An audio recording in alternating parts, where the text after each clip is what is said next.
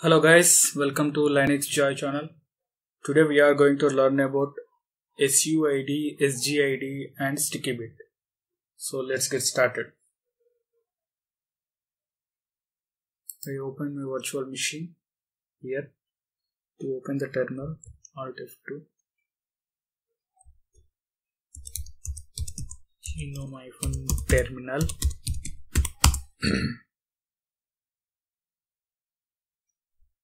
To understand this suid, sgid and stickbit, I have to create two users. So I'm going to create two users here. User add Raghu. So password for Raghu, RAGHU Raghu. Send OS 7. Send OS 7. So next I'm going to create another user. User add Ramani. Okay, and the password Ramani. Send OS 7. Send OS 7. So here I'm going to log in as a Raghu user. SU switch user RAGHU. SU is nothing but switch user. So who am I? Raghu, and my present working directory is /home/Raghu. Here I am going to show one executable file, that is ls-l /usr/bin/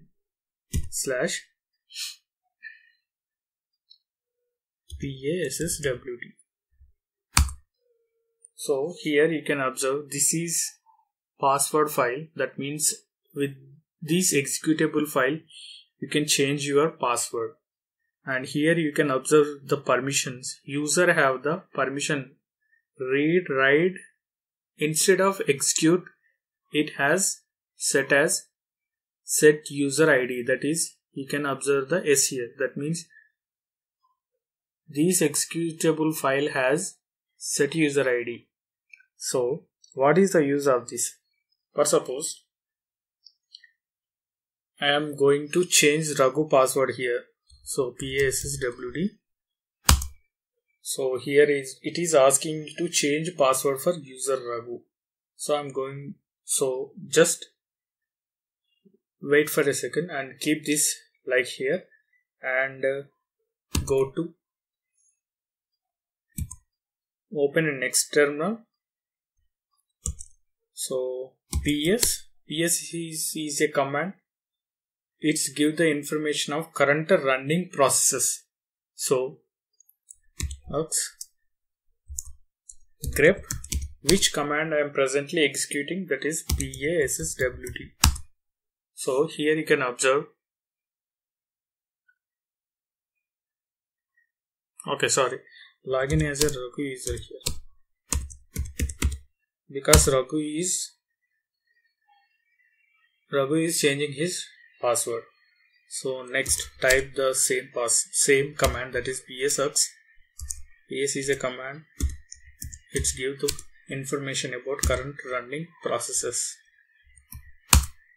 So here actually I log in as a Raghu user. I'm changing Raghu password, but it's showing the executable file, that is password file, is running with root. So it has the root privileges. If you set user ID on that particular file, so you can run that file with the specified user privileges. So root has the privileges. That means on that particular executable file I set that it has set user ID. So whenever I execute this password command, so instead of my name it shows the root username, because it is running with the root privileges. That is the use of set user ID. I am going to change the password here. Okay, what is the current password is send OS 7.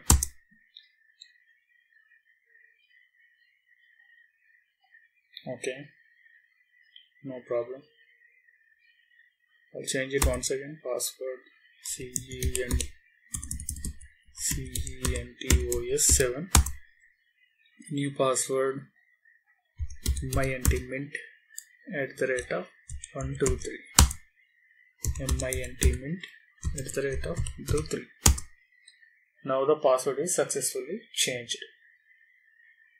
When this executable file is being set by set user ID, so whenever I execute this command, that command is executed by root.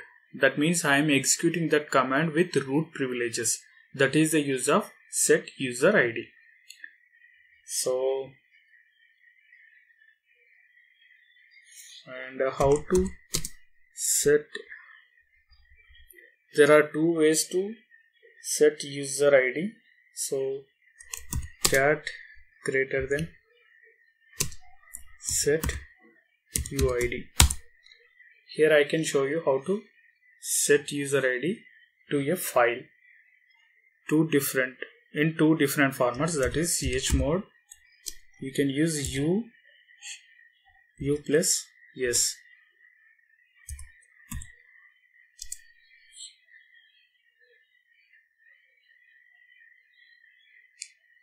Yeah, chmod u plus s, and file name or path to the file. Path to the file or file name. So in this way you can change. And one more format is, that is chmod for the permissions 4777. This is numerical format, and same path to the file / file name. Here these 4 indicates the set user ID, and these permissions, that means first one is user permission, second one is group permission, and third one is others permission. So you can give any, if you like the you can give the permission that is per your requirement. So I give here full permissions, but you can give only 7 here, and here you can give 4, and you can give here 5, like that. So once again check it, cap set uid. So in 2 ways you can assign a set user ID on a particular file, that is u plus s, and this with using chmod u plus s and path to the file or file name, and chmod for, and whatever the required permission you can give here. I gave here 777, that means full permission, and path to the file or / file name. So this is about set user ID. Now I am going to explain set group ID. Before that, I am going to create one directory, that is mkdir finance, NANCE, and I am giving this. First check the permissions, what this directory have the permissions. So it has the full permissions. First one indicates the directory, it shows this, it's a directory, and second one, user have the read write execute permission, and the group members have the read write execute permission, and others have the read and execute permissions only. But here I am going to change and give the full permission, chmod 777 / finance. Yes. So once I can check the permission here. Okay, now you can find the color is changed as well as the whole permission. That means these finance directory have the full permissions. That means user can read and write execute, and group members can read and write execute, and others also read, write and execute. So in this way I created one directory and gave the full permissions. Next. And once again check this ls-l/home/Raghu, and this have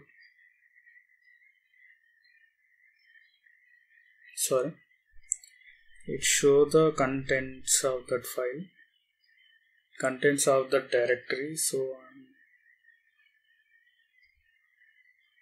here this directory have only read, write and execute for Raghu user. That means Raghu have the permissions. He can create a file and execute a file and write something to your file. But I am changing the permissions here. I am giving the full permissions. chmod 777/home/Raghu. Now check it once again. Yeah. Now it has the whole it has the full permission. So anybody can come to this folder and he can create the files. So at first when we start this class, I created one other user, that is Ramani user. So I'm going to log in as a Ramani user. Control D here and su-Ramani. Yes, who am I? And present working directory /home. But I can go to cd/home/Raghu and finance. See, in this way we can share the directories. Like Raghu created the directory, but Ramani can also access the file. Because of that, I gave the full permission to that particular finance directory. So I can create files here. Touch A, touch B. So type ls-l. So I created two files and go to the directory cd finance. Type ls here. ls-l. So here you can observe Ramani created those files, and those files you can access here. So this is the use of sharing the directories. I can create one particular directory and give the full permissions. That means anybody can access the directory, and they created those files.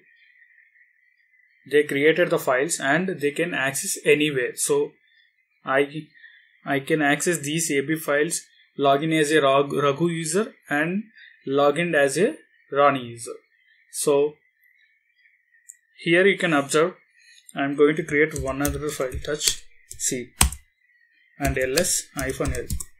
So you can observe here Ramani created the file because Ramani is the user and Ramani is the group owner.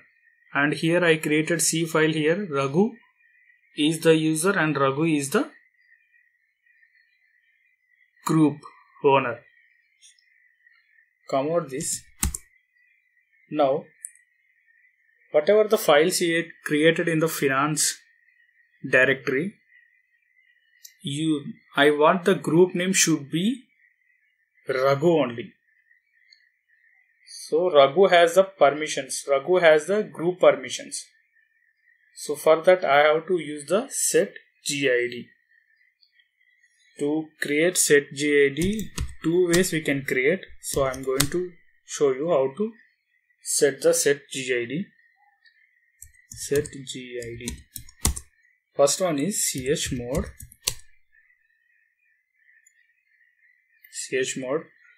Here 2,777 and the directory name.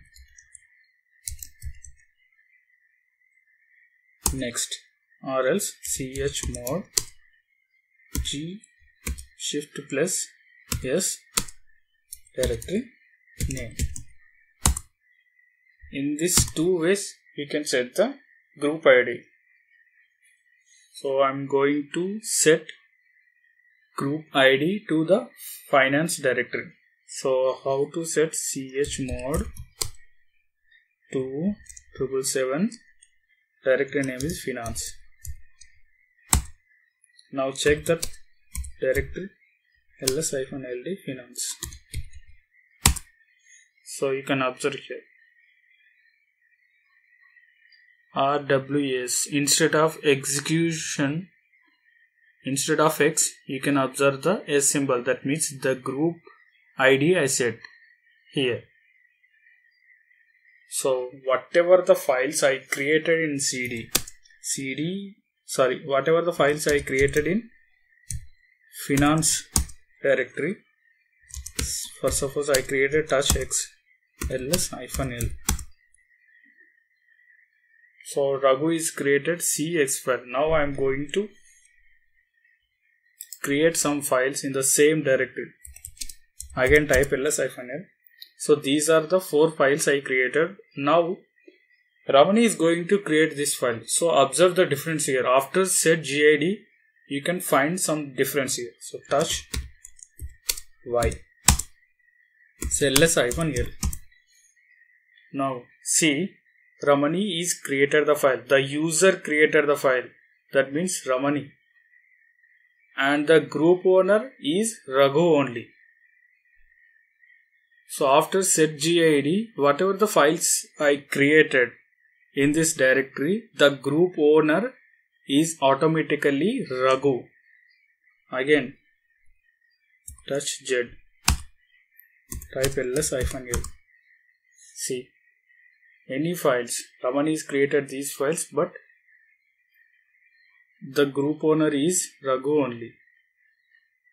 Before I am setting the set gid, whatever the files I created here in login as a Ramani user, the user is Ramani and the group owner are also Ramani. After set gid, but here you can find the difference. The user is Ramani only, but the group owner here changed as Raghu. So this is the user set gid.